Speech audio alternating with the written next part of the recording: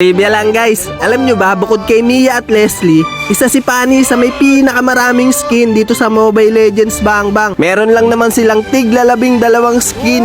Grabe, ito talaga yung mga literal na anak ni Munton eh. Pero dahil nga 9th year anniversary na ni MLBB, etong nakikita mong napakagandang skin ni Fanny na ginagamit ko ngayon, makukuha mo lang siya ng libre. As in, walang bayad. Kasi nga ganyan tayo kamahal ni Munton. So, ang pinakakailangan mo lang gawin is need mo makaipon ng anniversary energy sa pamamagitan nga ng paggawa ng daily task at weekly task. At pag umabot na nga ng 10,800 yung anniversary energy mo, pwede mo na maklaim yung bagong skin ni Fanny. At wait, there's more. Nakikita mo ba yung naggaganda ang mga babae na mga skin na yan? Pwede mo rin makuha yung mga yan dahil nga 9th year anniversary na ni MLBB. At eto nga pala yung mga actual skin nila. Ito yung kay Sisi, diba? Napakaganda.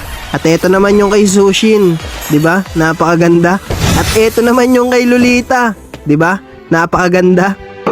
At once again, happy 9th year anniversary nga pala MLBB. Mwah!